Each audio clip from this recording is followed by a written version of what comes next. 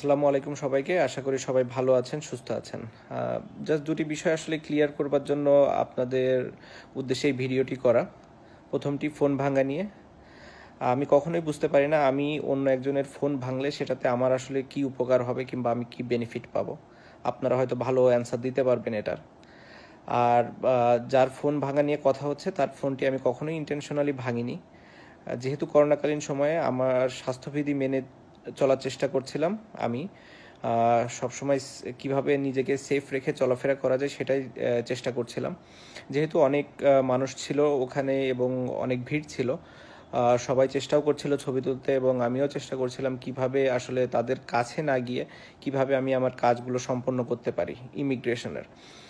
তো স্বাভাবিকভাবেই একজন উৎসুক জনতা একদম আমার শরীরের উপর দিয়ে এসে ছবিটি তুলতে যায় এবং আমি তাকে সরিয়ে দিতে গেলে তার হাতের সাথে আমার হাতটি লাগে এবং তার ফোনটি পড়ে যায় এবং হয়তো পরে ভেঙেও গিয়েছে। তো তার ফোন ভাঙার জন্য আমি আন্তরিকভাবে দুঃখিত। কিন্তু আমার মনে হয় তারও সাবধানতা অবলম্বন করা উচিত ছিল, স্পেশালি এই করোনার সময়। আমার মনে হয় সবারই এই সাবধানতাটা আসলে একটু অবলম্বন করা উচিত যতদিন এই করোনার এফেক্টটা থাকে। দ্বিতীয় যে ঘটনাটি অবশ্যই খুবই সেন্সিটিভ। আমি প্রথমেই বলতে চাই যে আমি নিজেকে একজন গর্বিত মুসলমান হিসাবে মনে করি এবং আমি সেটাই চেষ্টা করি পালন করার। ভুল ত্রুটি হবেই এবং ভুল ত্রুটি নিয়েই আমরা আসলে জীবনে চলাচল করি। আমার কোনো ভুল হয়ে থাকলে অবশ্যই আমি আপনাদের কাছে ক্ষমা প্রার্থনা করছি এবং আপনাদের মনে কষ্ট দিয়ে থাকলে সেজন্য আমি ক্ষমা প্রার্থনা করছি। এখন আসি আসলে পূজার বিষয়টি নিয়ে। পূজার বিষয়টি বা এখানে আসলে নিউজ কিংবা মিডিয়া, সোশ্যাল মিডিয়া সব জায়গায় এসেছে আমি পূজার উদ্বোধন করতে গিয়েছি, যেটি আমি আসলে কখনোই যাইও নি ও কিংবা করিও নি।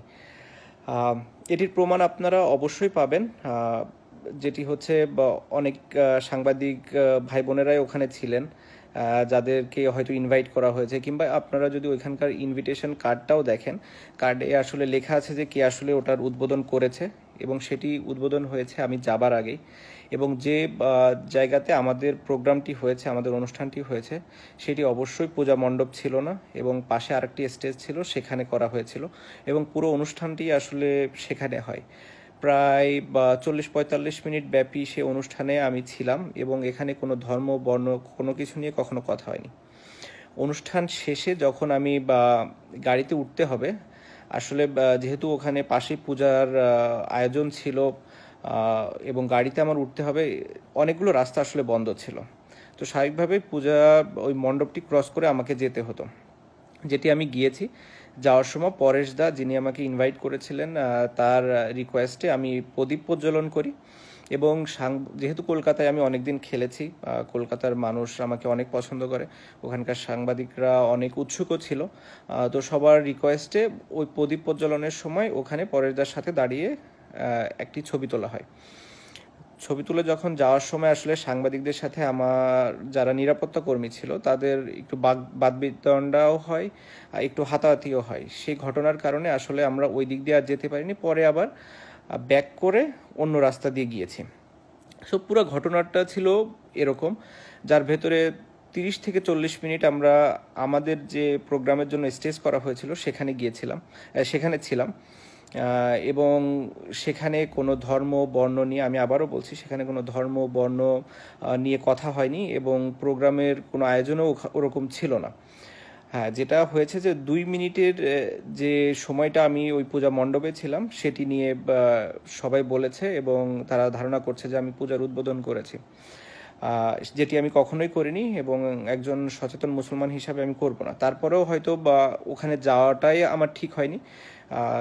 সেটা যদি আপনারা মনে করে থাকেন, অবশ্যই আমি এর জন্য আন্তরিকভাবে দুঃখিত, ক্ষমাপ্রার্থী এবং আমি মনে করি যে আপনারা এটি ক্ষমা সুন্দর দৃষ্টিতে দেখবেন এবং ভবিষ্যতে আমি এরকম কোনো ঘটনা যেন আর পুনরাবৃত্তি না হয় সেটিও চেষ্টা করব। আমি তারপর আপনাদের ইনফরমেশনটা একটু ক্লিয়ার করবার জন্য আমি বলে দেই যে কি আসলে পূজার উদ্বোধক ছিলেন। এখানে আমার কাছে ইনভিটেশন কার্ডটাও আছে। উদ্বোধক ছিলেন হচ্ছে ফিরহাদ হাকিম, প্রশাসনিক প্রধান, কলকাতা পৌরসভা, মন্ত্রী, পশ্চিমবঙ্গ সরকার। তো তিনি আমি ওই প্রোগ্রামে যাবার আগেই তিনি আসলে পূজার উদ্বোধন করে গিয়েছেন। তারপরে আমি গিয়েছি, আমার প্রোগ্রাম অ্যাটেন্ড করেছি। পরেশদার রিকোয়েস্টে ওই 1 মিনিটে আমি প্রদীপটি প্রজ্বলন করেছি এবং সাংবাদিকদের রিকোয়েস্টে ওনার সাথে দাঁড়িয়ে আমি ছবিটি তুলেছি। হ্যাঁ, অবশ্যই আপনারা ব্যাকগ্রাউন্ডটা নিয়েই আসলে বেশি হয়তো উত্তেজনা বোধ করছেন কিংবা মনে করছেন যে আসলে ঘটনাটি ওটাই হয়েছে। আসলে একটি ছবি দেখে আসলে পুরো ঘটনাটাই আপনি কখনোই অনুমান করতে পারবেন না বলে আমার মনে হয়।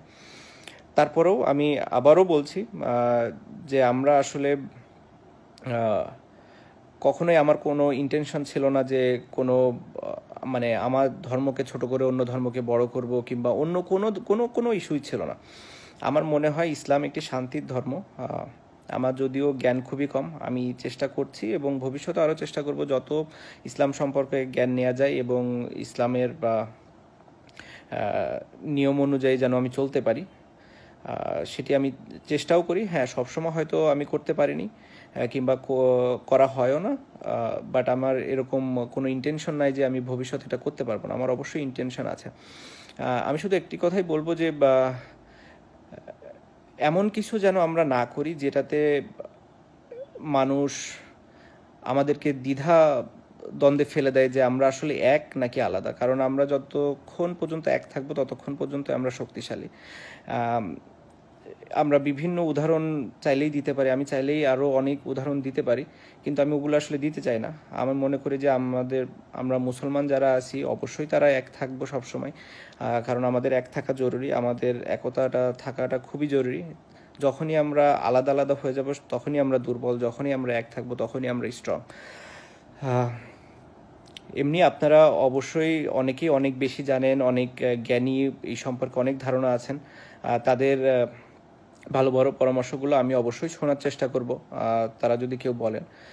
এবং এটি আমি মানে খুব সাদরে আমন্ত্রণেই জানাবো যদি কেউ আমাকে ভালো কোনো কিছু জানাতে চান কিংবা জানাতে পারেন।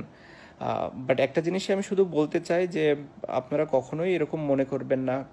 দু এক জায়গায় আমি দেখছি যে আমি ঠিক দেখছি না, আমাকে হয় মানে আমি আসলে খুব বেশি একটা এগুলোতে ফোকাস করি না।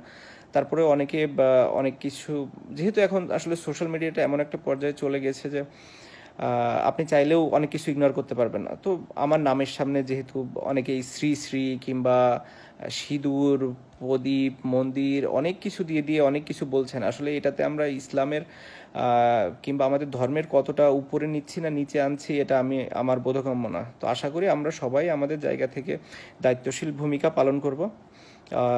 আমি তারপরও আবারও ক্ষমা চেয়ে নিচ্ছি আপনাদের সকলের কাছ থেকে, এবং আমি চেষ্টা করব নিজের জায়গা থেকে দায়িত্বশীল ভূমিকা পালন করার একজন গর্বিত মুসলমান হিসাবে।